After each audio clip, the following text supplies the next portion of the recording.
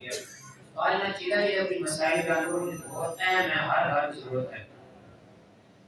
Number ایک، سب سے پہلے ہم نے جب بھی نماز پڑھنی ہے تو نماز سے پہلے ہمیں وضو کرنا ہے، ٹھیک ہے۔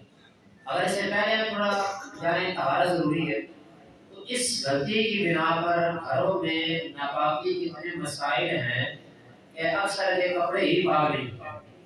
وجہ ایک کے کپڑے ناپاک ہوئے، چھوٹے بچے نے پیشاب کیا، عمارت میں دم لگا، وہ کپڑے جو تھے وہی کپڑے ایک ہی واشنگ مشین میں ڈال دیے، وہی کپڑے ایک ہی واشنگ مشین میں ڈال دیے، وہ سارے کے سارے کپڑے ناپاک ہوئے۔